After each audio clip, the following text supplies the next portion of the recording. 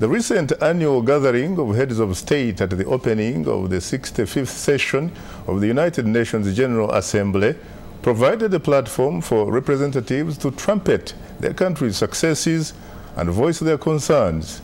Some say for Africa, those concerns seem to fall on deaf ears year after year. My colleague Paul Sisco has more on the story. After opening formalities from the president of the 65th General Assembly, various national representatives took to the podium. Among them, newly inaugurated President of Nigeria, Goodluck Jonathan. We urge the United Nations to quicken the pace of its reforms, not only to better reflect current global realities, but also to ensure that it enjoys genuine legitimacy.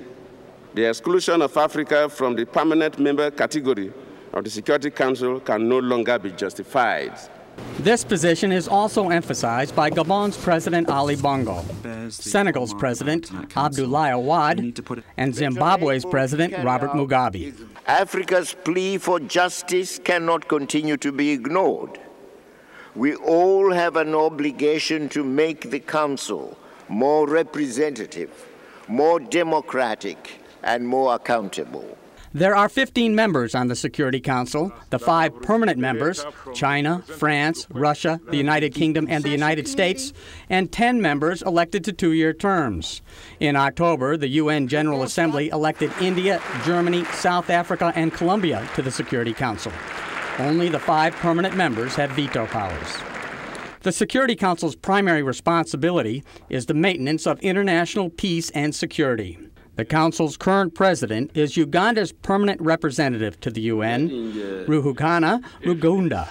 That there is total commitment by the Council, by the United Nations, and by the international community to support the region and the people of Somalia and Sudan resolve peacefully their political problems. What happens in Sudan in the days ahead may decide whether a people who have endured too much war move towards peace or slip backwards into bloodshed.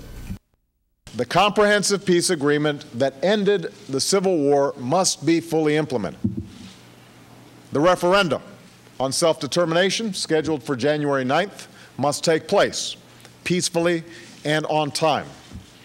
And the will of the people of South Sudan and the region of Abia must be respected, regardless of the outcome. The U.S. president says there can be no tolerance for those who refuse to engage in peace talks. Indeed, there can be no lasting peace in Darfur, and no normalization of relations between Sudan and the United States, without accountability for crimes that have been committed. UN Secretary General Ban Ki-moon praises the African Union's peacekeeping efforts in the Sudanese region of Darfur and in Somalia. The African Union's Ramtani Lamamra. While the situation in Somalia calls for the mobilization of resources and assets that are beyond the means of the African Union, our continental organization cannot abdicate its responsibilities to Somalia and fail its people. Continuing insecurity and conflict in parts of the country are attracting foreign extremist elements. This poses a threat not only to Somalia, but to the region, to the continent, and beyond. The United States supports increasing the peacekeeping force in Somalia. Ban Ki-moon says he attaches great importance to the strategic relationship between the Security Council and the African Union, adding it has the potential to affect millions of African lives. Paul Sisco, VOA News.